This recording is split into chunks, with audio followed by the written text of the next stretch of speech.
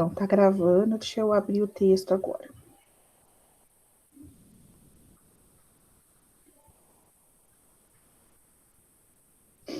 Bom, na verdade eu até falei bobeira agora para vocês, né? Porque o texto é da semana passada, essa semana vocês já tinham uma atividade para fazer, né? Já em cima do próprio texto. Então, o texto aí traz as condições da América Latina, porque isso está contemplando, na verdade, ainda, na verdade, não é uma continuação da ideia do choque de civilizações, né? E a gente estuda um pouco de América Latina lá no 8º ano, né?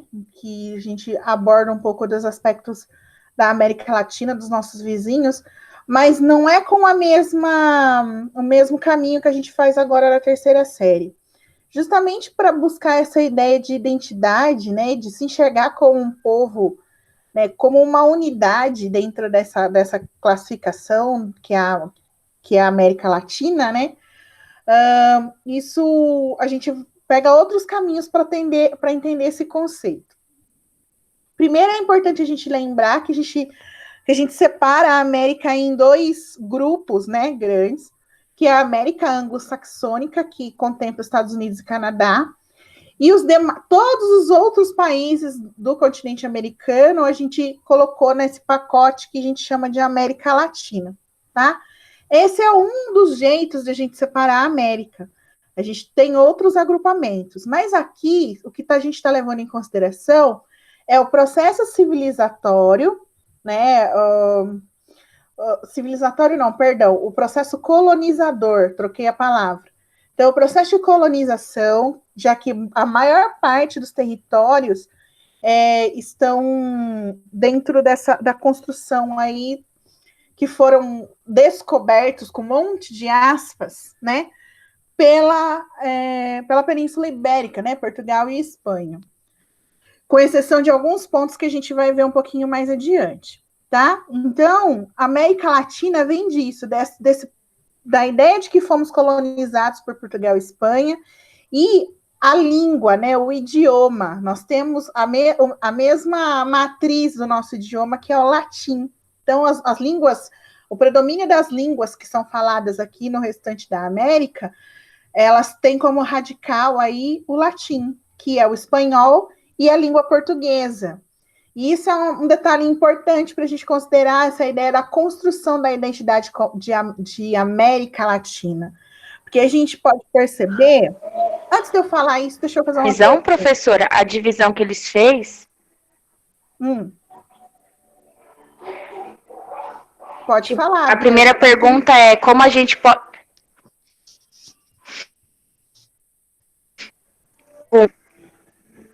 Minha internet está caindo. Tá escutando? Tô ouvindo, pode falar. A primeira pergunta lá é como podemos dividir a América Latina? A divisão da língua latina, assim, pode ser uma divisão lá ou não? Que é a primeira questão. A primeira questão do exercício, só um minutinho. Deixa eu ver como que tá a questão.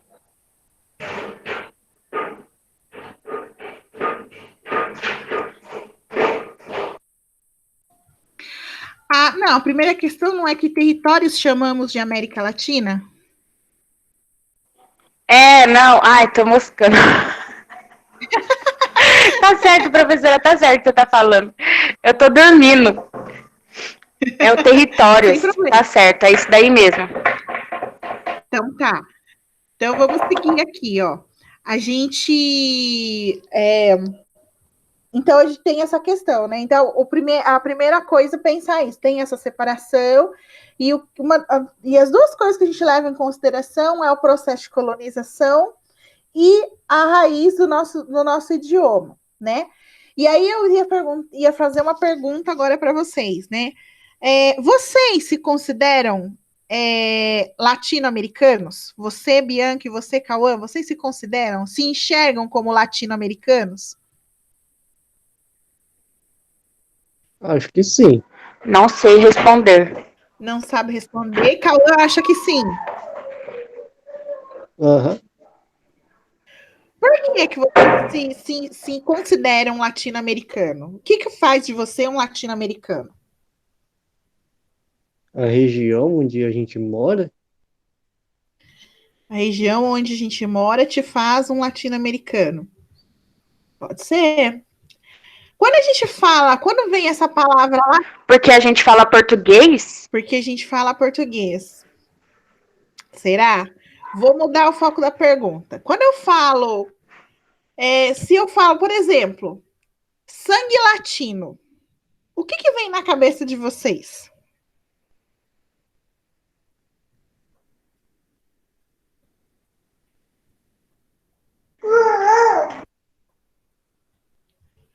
Ou quando eu uso a palavra latino, né? Ah, os latinos, isso, os latinos, aquilo. O que vem na cabeça de vocês quando a gente ouve esse termo, latino? Não vale falar que é o latino lá da festa no AP, esse não vale.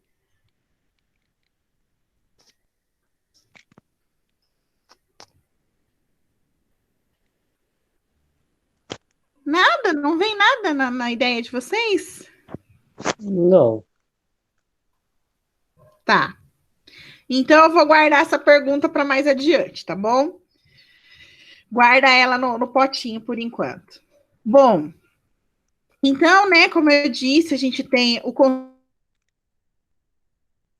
conceito da América, divisão entre separar quem é anglo-saxão e o restante, né, o que sobrou é América Latina. Então, o que sobra, se a gente começar do extremo norte, tira o Canadá, tira os Estados Unidos, é a partir do México até o extremo sul da América do Sul. Tudo isso é América Latina, né?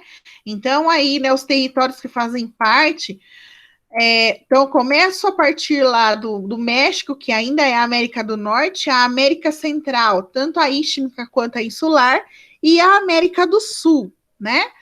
Então, aqui a gente tem um conjuntinho de 3 mapinhas de como a gente pode chamar esse pedaço da América. O primeiro mapinha aqui em verdinho é o que a gente chama de América Latina, que está realmente contemplando tudo isso que a gente falou. Então, a partir do México, tá vendo? A América Central, que é a parte istmica e a parte insular, e a América do Sul. Tudo isso que está verde é a América Latina. Aí tem outras 2 classificações que a gente pode colocar. E aí eu gostaria que vocês prestassem atenção na diferença de um mapa para o outro. O mapinha do meio é a América Hispânica. Esse hispânica aí vem do quê? O que quer dizer hispânico?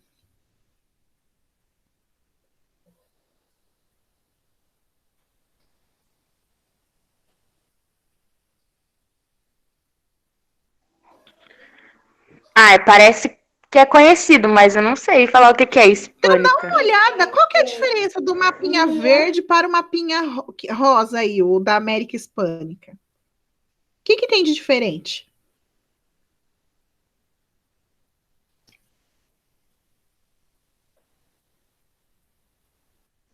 Ele não pega uma parte que a América Latina pega. Ele pega só. Que parte que é? Dá para identificar que país que é que ele não pega?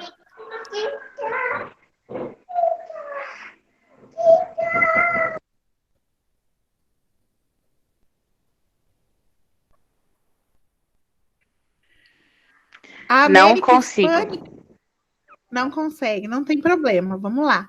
A América Hispânica, ela não pega o Brasil. O Brasil é que não tá pintadinho aqui. Porque a América Hispânica é a América que foi colonizada pelos espanhóis. Tá? E o hispânica vem aí do espanhol. Tudo bem?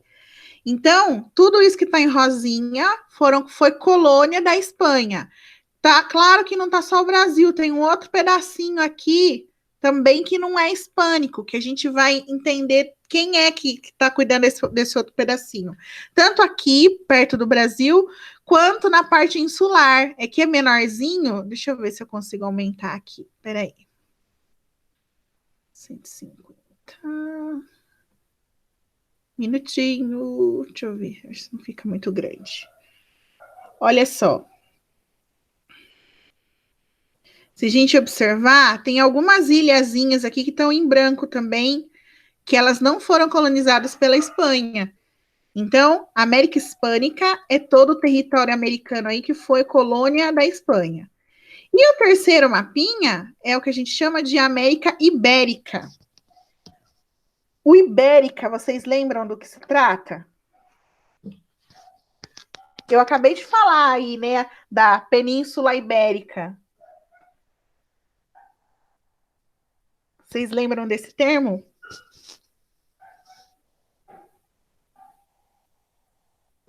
Sim. Esse ibérico é do quê?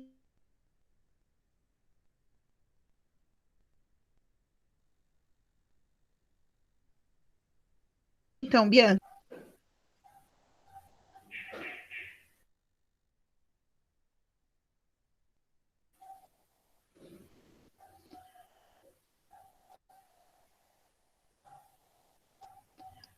Eu acho que meu computador travou. Deixa eu ver aqui. Bom, a América Ibérica, pessoal, se a gente for olhar também, ela está muito parecida com o que é a América Latina, né? Ela tem quase tudo pintadinho. A diferença é um pequeno pedacinho aqui da América do Sul, que é a parte aqui que está a Guiana Francesa. E a Guiana Francesa, e, se eu não me engano, o Suriname também entra aqui. E aqui também, ó, na parte insular, tem uma partezinha em branca, que é o Haiti. E tem outras ilhas que foram colonizados por franceses e holandeses. A América Ibérica são todos os territórios que foram colonizados por Portugal e Espanha, né? Que a União Ibérica era a união desses dois países, Portugal e Espanha. Então, a América Ibérica é todo o território que foi colonizado ou por Portugal ou pela Espanha, tá? Por isso que esse mapa é um pouco mais parecido com o mapa que a gente tinha visto da América Latina, tá? Então, são 3 agrupamentos que têm aí por base as relações aí com o processo de colonização. Perdão, estou até enrolando a língua aqui.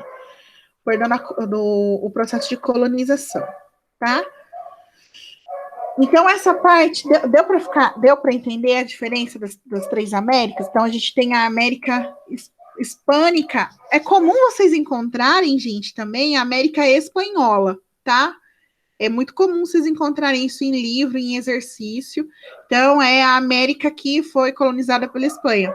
A América Portuguesa, também vocês podem encontrar esse termo. Mas como é basicamente como se diz? É o Brasil, em sua maioria, a maior parte aí desse território é o Brasil, a gente acaba ficando... a gente quase não vê esse termo, né? América Portuguesa, mas a América Portuguesa, então, contempla o território brasileiro, tá? E a América Latina, então, é tudo. Tudo aqui, até aqui, tudo bem? Beleza. Ok. Então, assim, a gente tem lá a parte central, principalmente a parte insular, né? Conhecida aí como a região do Caribe, o Mar do Caribe e tudo mais. É uma região que é de extrema beleza natural e que tem esse potencial. São lugares belíssimos e boa parte aí do seu processo, da sua estrutura econômica está baseada nas atividades do turismo. Né? Tanto que, se alguém já teve curiosidade de ver quanto custa fazer uma viagem para esses lugares, já deve ter visto que não é para qualquer um, né? É extremamente caro conhecer aqueles mares azuis da América Central. E também tem a questão, nós são ilhas, né? Então, assim, a própria limitação de território limita também as atividades econômicas, né? Diferentemente de nós aqui, que temos um território gigantesco e com isso podemos diversificar a nossa atividade, países com territórios menores têm que tirar proveito daquilo que eles têm de melhor, né? Então, essa região ela acaba ficando muito ligada às questões aí do turismo. Aí tem aqui, né, esse pedacinho do texto fala da CEPAL, e isso aqui eu gostaria de explicar para vocês, né? A CEPAL, que é a Comissão Econômica para a América Latina e o Caribe. A CEPAL é um bracinho da ONU que monitora e acompanha de perto as economias dos países da América Latina e tenta também dar suporte nesses processos econômicos e, por vezes, políticos. Eu peço desculpa aí pelo meu cachorro que não para de latir. Deve ter alguma coisa interessante na rua. Então, a gente tem aqui, né, a CEPAL, ela propõe aí uma regionalização, né, separa o México, mesmo porque a questão do México, ele está, pela proximidade com os Estados Unidos, eles têm uma dinâmica econômica um pouco diferente, tá? E tem relações muito próximas com os Estados Unidos. A parte central, eu disse para vocês, muito baseada aí na questão do turismo. E quando a gente vem para a América do Sul, nós temos aqui, nós, enquanto moradores do Brasil, a gente conhece bem a realidade econômica desse país e sabemos também que quando a gente pensa na região, né, nesse agrupamento da América do Sul, o Brasil é um dos países que tem a economia melhor estruturada, vamos dizer assim, né? Apesar de todos os pesares. Os nossos vizinhos costumam ter uma situação econômica um pouco menos favorecida, né, do que a nossa, talvez com exceção da Guiana Francesa, né, que a Guiana Francesa, ela não é um país, ela é um território ultramarino, então é um estado da França, né? Então, com exceção da Guiana Francesa, os outros países aqui têm situações econômicas mais delicadas, tá? Então, aí nisso, a gente já começa a falar um pouco a respeito dos problemas que a gente encontra aqui na América Latina. Na verdade, antes de eu começar a falar dos problemas, eu quero arrematar uma ideia inicial. Quando eu perguntei para vocês se vocês se consideram latino-americanos, né? E a construção desse sentimento. Na verdade, o brasileiro, o cidadão nascido aqui no Brasil, ele tem uma dificuldade em se enxergar como um latino-americano. E aí vai de encontro, acho que com um aspecto que nos diferencia do restante da América Latina, né? Pelo nosso tamanho, nós somos um país de dimensões continentais, então nosso território é muito grande. E ainda assim nós somos diferentes.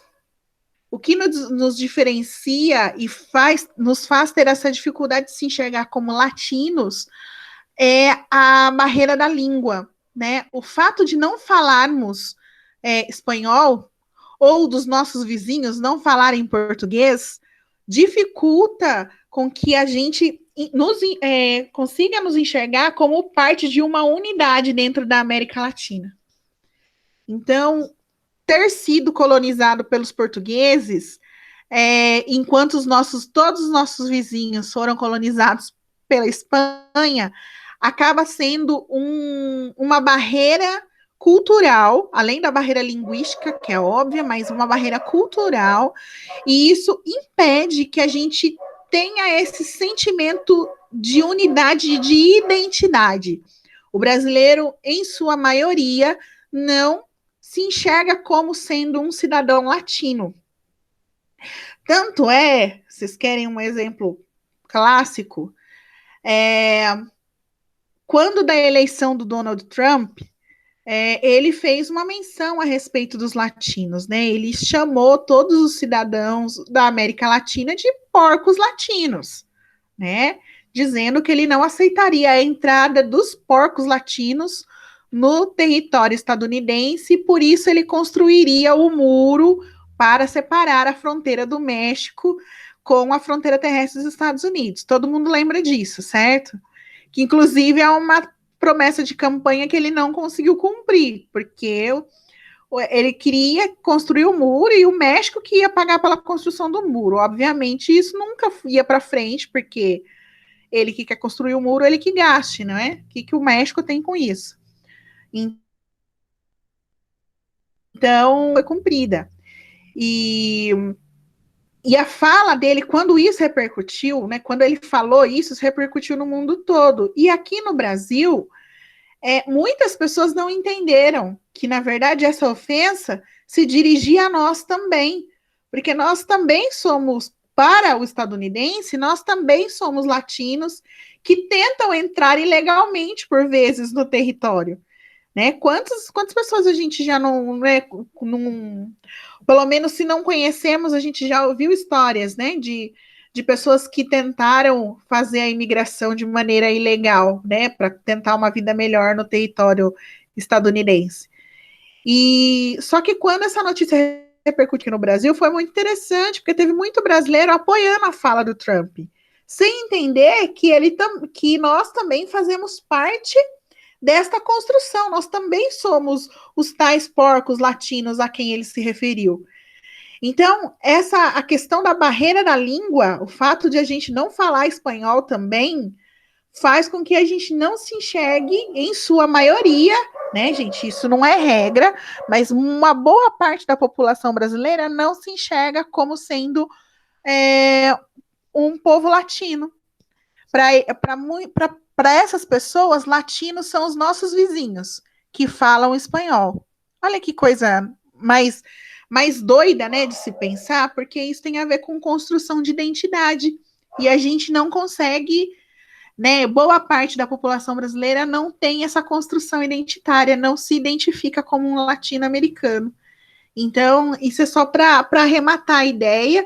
E aí, para vocês pensarem também, né? Eu sou ou não sou uma latina ou um latino, né?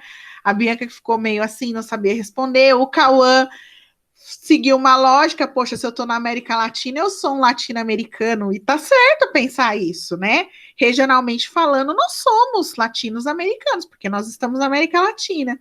Mas quando a gente pensa nesse aspecto da construção da identidade, existe aí uma certa dificuldade da gente enxergar isso. Tudo bem até aqui, gente?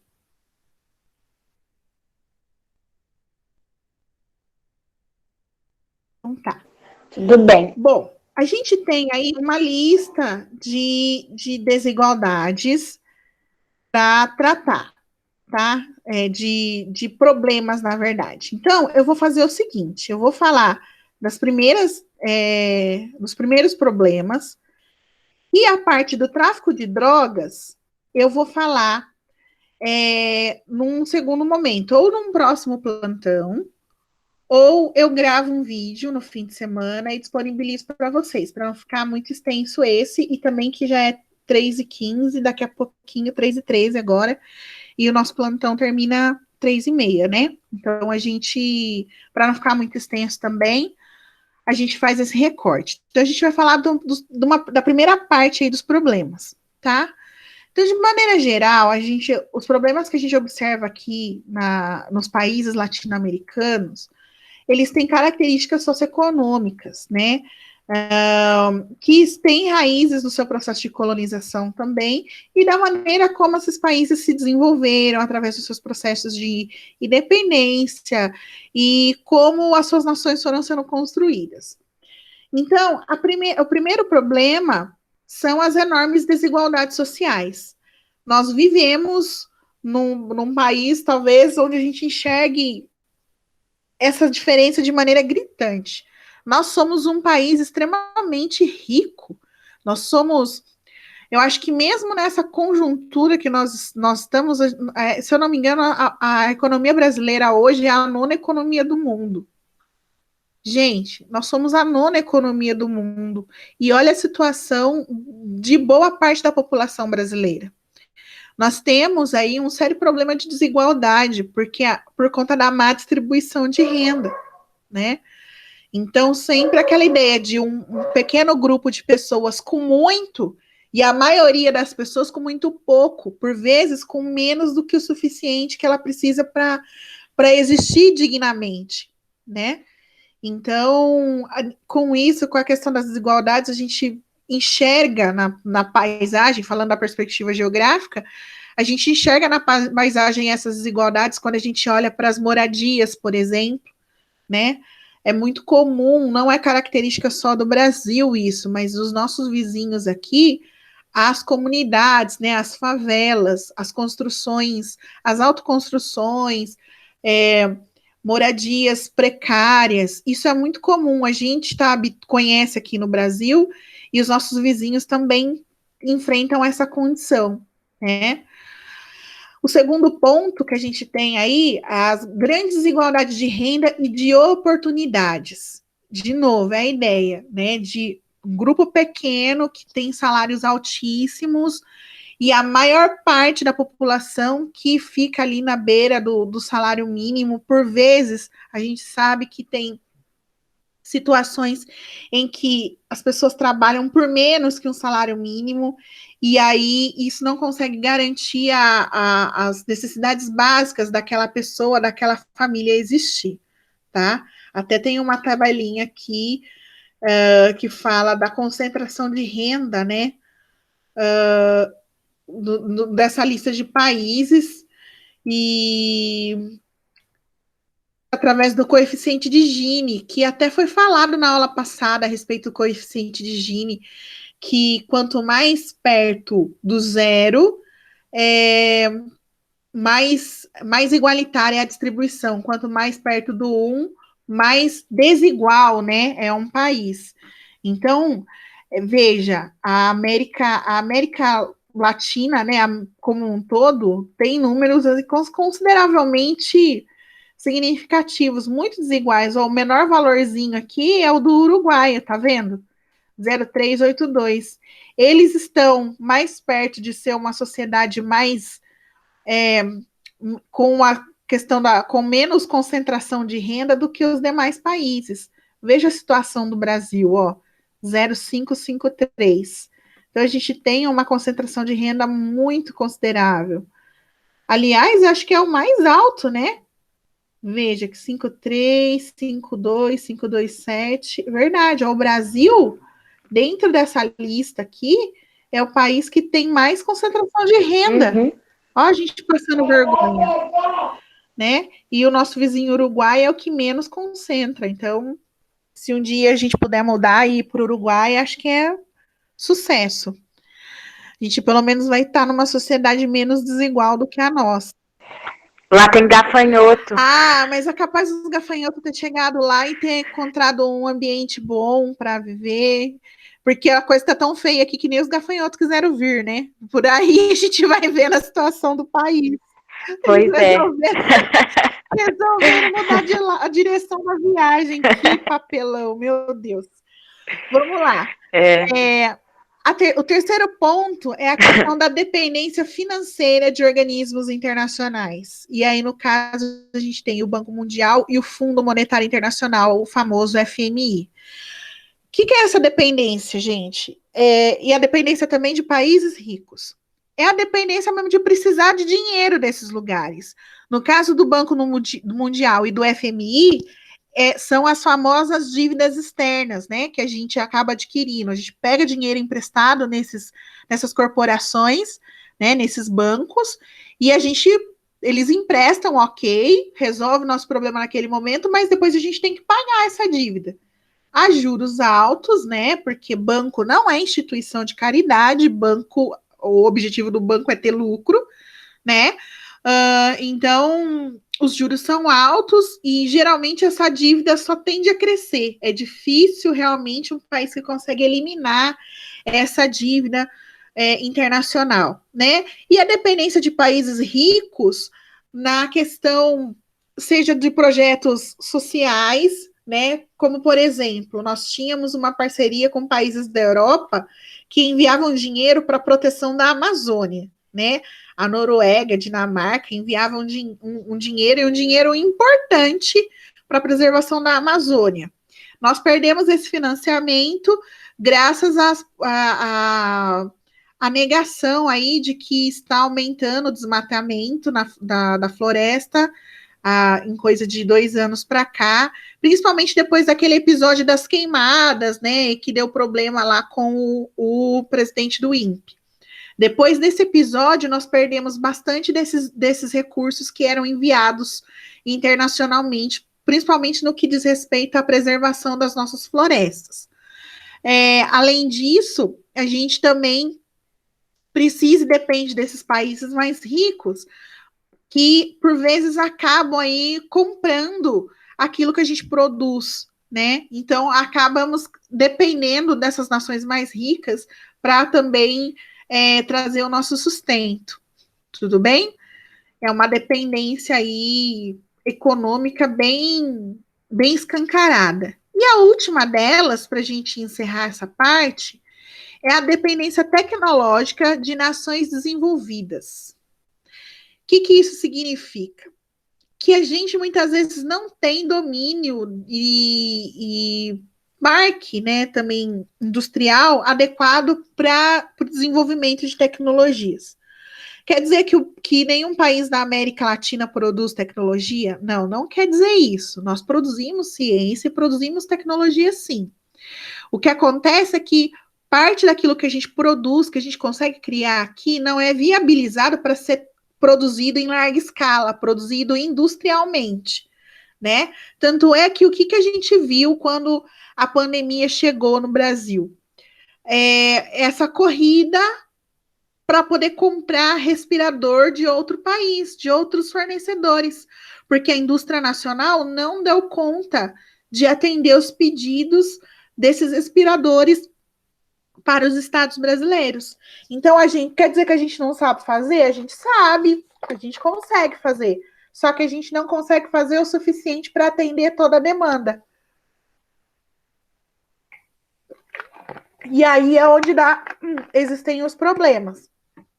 E podem ver, geralmente quando a gente está tratando de recursos tecnológicos, principalmente o que está saindo, né, o que a gente chama de tecnologia de ponta, a gente sempre observa outros países nessa liderança e a gente acaba consumindo essa tecnologia de outros, a gente importa. Aí leva um tempo para que a gente consiga produzir essa tecnologia aqui. E tem algumas que a gente nem tenta. A gente acha mais confortável ficar nesse processo de comprar de quem produz do que nós mesmos acabar desenvolvendo esses requisitos tecnológicos, né? E aí, gente, quando eu falo as inovações tecnológicas são em todas as áreas, não é só na ideia dos eletrônicos, não. É na indústria farmacêutica, é no maquinário industrial, né? Um robô que agiliza um processo industrial. Então, em diversos aspectos, a gente tem uma dependência tecnológica muito significativa, muito. A gente poderia não depender de tecnologia de outros países? A gente poderia. Se o investimento em pesquisa e em ciência fosse mais conciso e fosse mais sério e mais significativo. A gente tem gente boa aqui para desenvolver tecnologia, para desenvolver ciência, só que as políticas, né, de investimento nesse setor, por vezes, acabam sendo muito desvalorizadas, são deixadas de lado. E a gente só sente falta delas, de verdade, no momento de urgência. Como a gente viu acontecer agora com a questão dos respiradores, por exemplo, né? É uma coisa que a gente precisava comprar com urgência e a gente não conseguia comprar porque o mundo inteiro estava comprando a mesma coisa e a gente ficou refém dessa situação. Tudo bem? Então, eu acho melhor a gente parar por aqui e, como eu disse, eu vou ver como eu organizo melhor. Se eu faço um segundo vídeo explicando a questão do tráfico de drogas, que é muito importante aqui na América Latina, ou se eu guardo esse assunto para o plantão da semana que vem. Mas eu acredito que eu vou gravar um vídeo, porque daí pode ajudar vocês também nesse processo de organizar a atividade que vocês têm para entregar, tá bom? Então eu vou encerrar a gravação aqui, espera um minutinho.